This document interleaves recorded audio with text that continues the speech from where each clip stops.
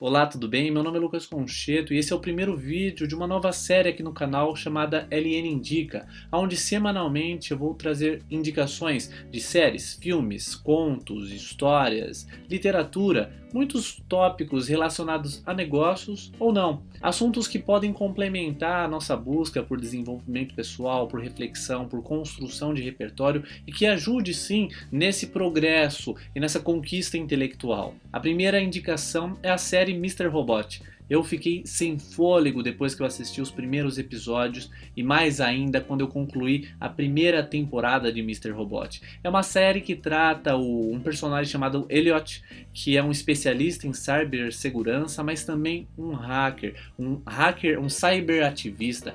Além disso, o Elliot sofre de alguns problemas psicológicos, alguns transtornos, ansiedade, fobia social e algumas coisas que colocam um ar e uma característica ainda mais interessante no personagem. A série é repleta de diálogos e reflexões interessantíssimas, muito profundas. O personagem é de uma riqueza extraordinária. Me encantei pela construção dessa série e ela promete muito mais na terceira temporada. Já aconteceu a primeira e a segunda temporada.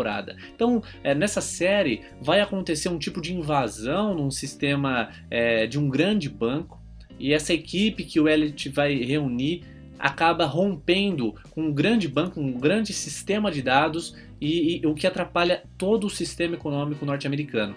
É muito interessante como a coisa vai se desenrolando, como a gente vai entendendo os bastidores da política, da economia e como o cyberativismo é uma coisa muito ativa e muito rica. Muito da série é baseada em relatos, em dados e até mesmo softwares que o hacker Elliot usa para fazer as invasões e fazer as varreduras de dados ou interceptações são usados de fato por hackers por todo o mundo. Então é uma série muito atual, uma série muito bem pensada e que perturba muito. Pensar que a partir de uma invasão num grande banco de dados, nós poderíamos perder todo o nosso dinheiro, mas, por exemplo, poderíamos deixar de ter todas as nossas dívidas. A segunda indicação é o filme Almirante, Correntes Furiosas. Ela trata de um episódio específico da história da Coreia, na qual uma frota de 12 navios coreanos enfrentaram uma frota de 300 navios japoneses, conquistando uma vitória naquela batalha. O filme é muito interessante porque ele traz um diálogo de estratégia, uma questão política, de jogo de poderes e de atritos sociais dentro de ambas as comunidades, da coreana e da japonesa, e ajuda a gente a entender como que as guerras eram travadas e como as guerras no mar aconteciam. É muito interessante a questão estratégica e como se desenha a liderança do Lee Soo-shin, esse almirante coreano, é que ele consegue, com muita dificuldade, levar seus navios para a água e aproveitar uma vantagem geográfica que ele tem próximo da Coreia. Os navios japoneses chegavam em alto mar e não conseguiam avançar porque existia um estreito. E através desse estreito, os 12 navios coreanos foram capazes de derrubar dezenas de navios japoneses, fazendo que os japoneses fugissem. E é interessante que a manobra utilizada pelo coreano Lee Soo-shin é muito parecida com o que nós conhecemos como a Batalha das Termópilas, que Leônidas conseguiu aproveitar o Estreito das Termópilas para avançar sobre o contingente persa do Xerxes e conseguir uma vantagem muito grande, porque a partir do momento que você tem um estreitamento, você exige que o exército, que é muito numeroso, se comprima e batalhe de frente a frente numa quantidade igual de homens. O Lee Soo-shin utilizou esse estratagema para atingir os navios japoneses, mas também utilizando uma corrente que era furiosa. Por haver alguns grupos de ilhas, formava-se ali ao redor uma espécie de redemoinho que provocava um deslocamento da frota. Então o coreano ele foi muito inteligente a chamar a tropa japonesa, que estava em vantagem e por isso estava sendo muito mais agressiva, a cair nessa armadilha e perder muitos navios. E a terceira indicação é no campo da literatura, é o conto O Homem que Sabia Javanês. Ele é de domínio público, o link está aqui embaixo para você baixar, está num domínio do governo, é possível baixar gratuitamente. Ele traz a história de um personagem que, com uma certa malandragem que nós conhecemos muito bem no Brasil, consegue meio que ir empurrando com a barriga sua falta de conhecimento. Isso acaba não importando muito porque ele consegue representar muito bem. Acontece mais ou menos da seguinte forma: um anúncio no jornal dizia que se precisava de um professor de javanês.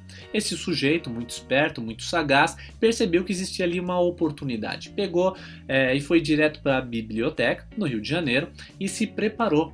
Deu uma pesquisada, aprendeu sobre a ilha de Java, aprendeu algumas palavras e se inscreveu para dar aula de javanês. Chegando, conhecendo o aluno na qual ele daria a aula, era um senhor de muita idade, um senhor influente no Rio de Janeiro, mas que pouquíssimo conhecia de javanês, que herdara um livro de javanês com uma história que ele achava que era muito valiosa para a história da família.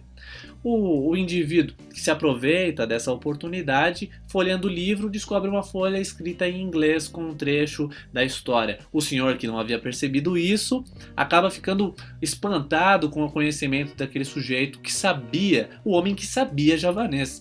E por isso ele acaba fechando com esse rapaz as aulas de javanês toda semana. Acontece que com o progresso dessas aulas, o senhor nada aprendia, tinha dificuldade de aprender o beabá do javanês, que esse sujeito sagaz já conhecia, e o senhor acaba desistindo.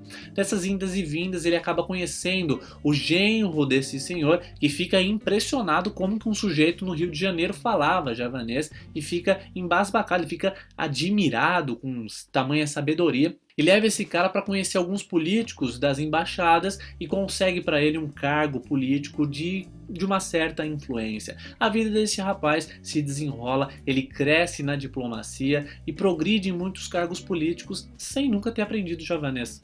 E é muito engraçado porque esse é um retrato, infelizmente, do Brasil, e o Lima Barreto faz isso de uma forma maravilhosa, com recursos literários incríveis, porque a questão estética ela é muito exaltada. Se alguém parece ter conhecimento, se alguém consegue construir um marketing, se alguém constrói uma imagem daquela certa inteligência, ele consegue galgar cargos e com uma certa influência ele consegue riqueza, ele consegue progresso, ele consegue escala, ele consegue posição social sem nunca deter de fato o conhecimento.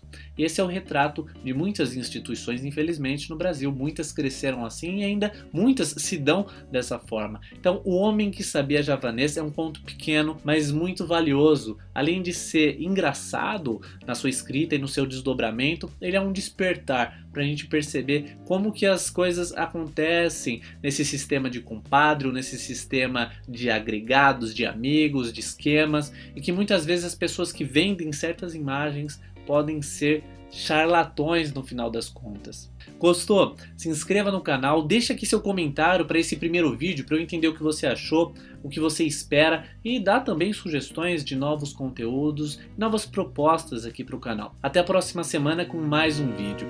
Tchau!